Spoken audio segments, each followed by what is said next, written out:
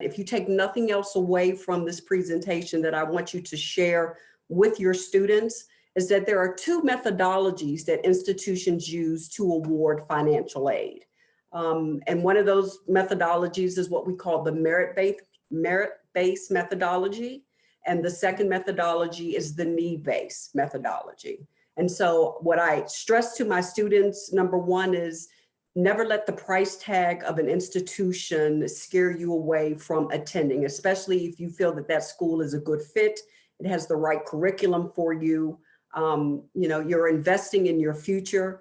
The second thing that I tell them is learn immediately how they award financial aid. And so what you see before you is just a basic breakdown of the two methodologies. And, not to insult anyone's intelligence, but of course, the merit-based awarding is based on a student's GPA, standardized tests, and academic achievements. The need-based is more so based on what we call a need analysis. The basis for all of these, for either of these methodologies, is what we call the FAFSA application, and we'll get into that a little bit more in a few minutes. So for the merit-based, it's the FAFSA, and then a lot of times the institutions have what they call their own institutional form that they create and ask students to complete in addition to the FAFSA application.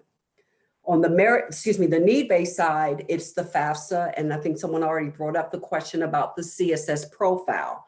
The CSS profile is another supplemental application if the school they don't have their own institutional form. This form is set up by the College Board amongst a lot of academic advisors, financial aid advisors, and we talk about the different allowances and different costs of attendances throughout the United States. So it's a form that's put together by a group of financial aid advisors that some schools use in place of their own institutional form. So at the basis of this, whether it's merit-based, the FAFSA is always going to be the foundation, and there will more than likely be an institutional form that they will ask the student to fill out.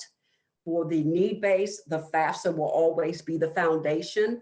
And if it's not the CSS profile, they may have their own institutional form that they ask students to fill out as well. But first things that students need to understand after recognizing or identifying the schools that fit for them is how does an institution award financial aid? So that would be one key point.